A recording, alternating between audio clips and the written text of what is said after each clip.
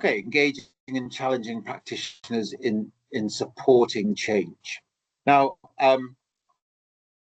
Nana talked this morning about sometimes when it's okay to use old references and citations. Well, here's an old one for you. 1877, Peirce's fixation of belief. Okay, so this is a theoretical model that Peirce came up with long time ago, but which actually is still very much used as a framework for thinking about why we might believe certain things, how we go about deciding what we're going to believe, and how we might shape those beliefs. So we'll have a very quick think about this, and you can see that there are a set of stages that Peirce talked about in terms of how those ideas and beliefs can be are shaped, or what assumptions they're based on. So that bottom one there is this notion of tenacity of belief, and it links to what you're thinking about in terms of your practice and your assignment, because I mean it's clear, isn't it, that within schools and within other educational settings, leaders frequently encounter resistance, or in terms of when we challenge people to do something differently or to think differently about something, we quite often experience resistance. And Peirce's theory of this fixation of belief explains, or tries to explain, why individuals cling to old methods and ideas and resist new ones. And it's a psychological explanation, really. So Peirce argues that the object of inquiry, the need for inquiry, the result of inquiry, is to settle the mind, moving it away from a kind of painful, paralyzing sensation of doubt towards a stable, more comfortable situation. So the psychological makeup of that person is kind of comfortable with what they believe. They don't feel they're being challenged. They don't have to think about how they might have to change practice, etc., etc. So this habit of action that guides how we believe something can be divided into these kind of four ways of thinking about what might shape your belief. And so it starts here with this notion of the tenacity of belief. So that's where an individual, to avoid doubt and to avoid that cognitive, that psychological discomfort, they simply hold on to a preferred and existing belief. And that's, in a sense, that links in a little bit with what Lucy was saying with regard to a lot of these things are dependent upon our previous experiences. If we've experienced something once and that was important to us, that might be what we hold on to, because it's what we understand, it's what we've experienced. The problem is if it becomes, or if it happens that we intentionally then shut out or ignore any counter evidence. So we just want to hang on to that particular belief, and we shut out any possibility of any challenge to that belief through other different evidence. So that's one method of maintaining stability. Another is to refer to an authority.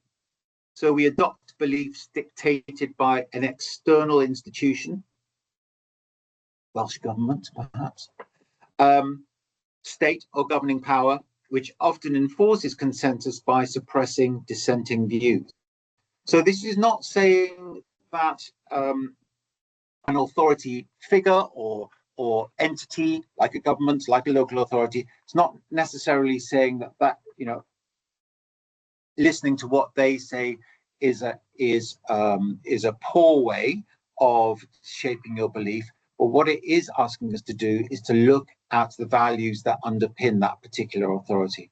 What are the values? Are they willing to listen?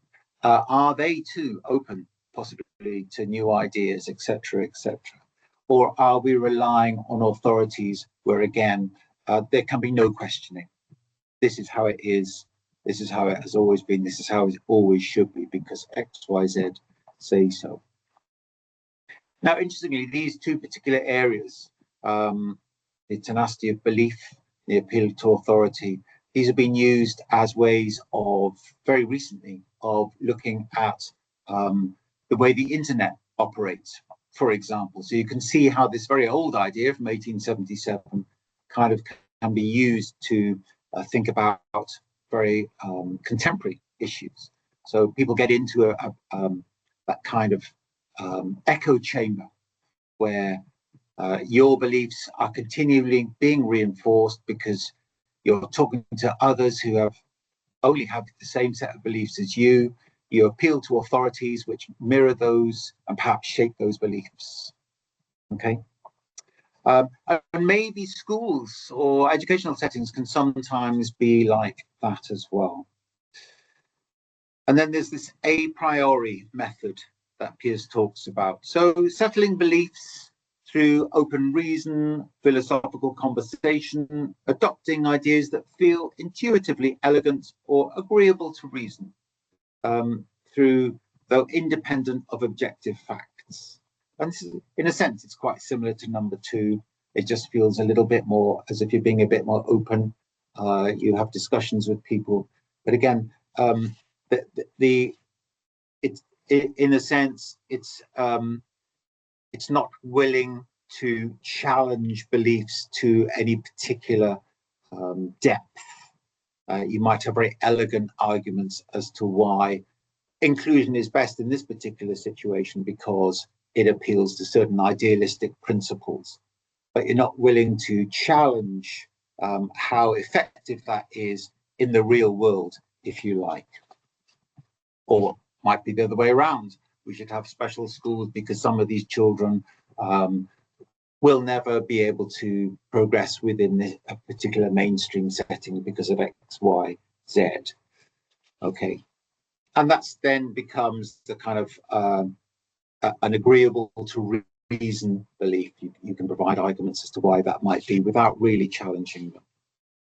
And then Peirce talks about the method of science. So doesn't necessarily mean science in the kind of laboratory experimental way, but in a way that is willing to test beliefs against external objective realities that can be tested. So are we willing to test our assumptions? Again, are we willing to be open to other ideas? Are we willing to look at what the evidence is behind those other ideas that might challenge our own? It's a way of being that actually welcomes doubt, welcomes challenge, and then that, Peirce would argue, would be a way to lead to a more permanent and a more reliable consensus. And again, it goes back to that notion of being that humility, approaching ideas with humility with regard to our own beliefs and our own practices. Are we willing to have those challenged? Are those around us also in that state where they are willing to be challenged and to reconsider what their sets of beliefs and practices might be? In fact, it might be that those sets of beliefs and practices, are perfectly reasonable and stand up to those challenges, and that's absolutely fine. It's not saying that everything we believe and everything we do should be completely knocked down and restarted on every occasion. Not saying that at all, but it's about that willingness to look around, look for the evidence, being open to what the evidence might tell us and where it might take us. So that's Peirce's fixation of belief idea, and what underpins it is that notion that as human beings, we like to feel kind of stable where we are. We don't like that notion of challenge sometimes. But so it's about, in terms of your your role as a leader in terms of additional learning needs. How can you lead your staff, your colleagues through these kind of levels, if you like? How can we challenge that tenacity of belief? What kind of appeals to authority are we basing our beliefs on? And how can we be open to new ideas that actually challenge us and challenge what we're doing? I'm thinking back to my own experience when I first came into the world of education many years, if not decades ago. I had a very strong, I didn't really realize it at the time, but I had a very strong belief in quite a pure behaviorist approach to learning. And it took a while for me to kind of take a step back from that and realize that while there were areas of learning where that was really useful, actually in many ways,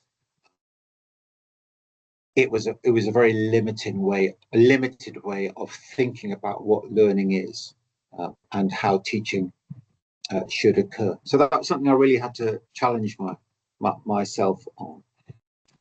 And I'm sure we've all got similar-ish experiences. So let's just take an example, going back to those 5 attributes and thinking about maybe 1 or 2 of them with regard to that Peirce's argument. So those 5 attributes of cultural mindset, pedagogy, collaboration, leadership, innovation, and professional learning. So let's say, for example, somebody's at that stage of tenacity level. So when it comes to the cultural mindset, inclusion might be viewed as a disruption, an elite theoretical concept, or an impossible administrative burden, and therefore staff actively resist altering routines. In terms of pedagogy, pedagogy might be rigid. I'm talking about myself now, there we are. That behaviorist approach, identical lesson delivery for all. Not sure it's ever that bad. Pupils with additional needs are routinely separated or given simplified busy work. Keep them busy, that limits progress. What about in terms of collaboration? Teaching assistants operate in an isolated manner, and that's how they're expected to act. They act as that notion of Velcro helpers, attached exclusively to one child, and therefore the teacher's responsibility is removed, because that's the belief about what a teaching assistant should be. Leadership, the elenco is isolated in an administrative silo. Senior leaders view additional needs strictly as a budgeting and box ticking exercise. So that belief that that's all the elenco's issue, that's what they're employed to do, so they need to get on with it. But finally, that notion of innovation and professional learning, staff might rely entirely on outdated training or personal anecdotes. There's an active avoidance of contemporary discussion and research around what makes for effective pedagogy, for effective inclusive practices. So there you can see those 5 attributes working out at that kind of stage of tenacity, that lower stage there.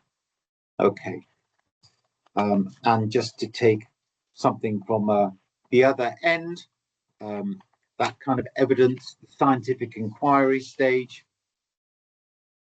There, the cultural mindset thinks about inclusive pedagogy as more naturalized. It's engaged. It's engaged with at every level, across different settings, across different classrooms, across the staff. Diversity is viewed as a standard, predictable aspect of ordinary human development.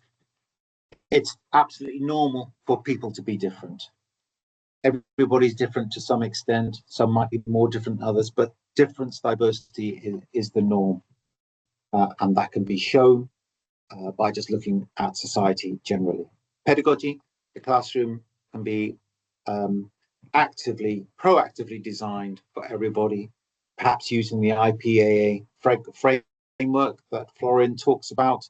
There are flexible choices and assistive technologies which are available, are used and open to all students.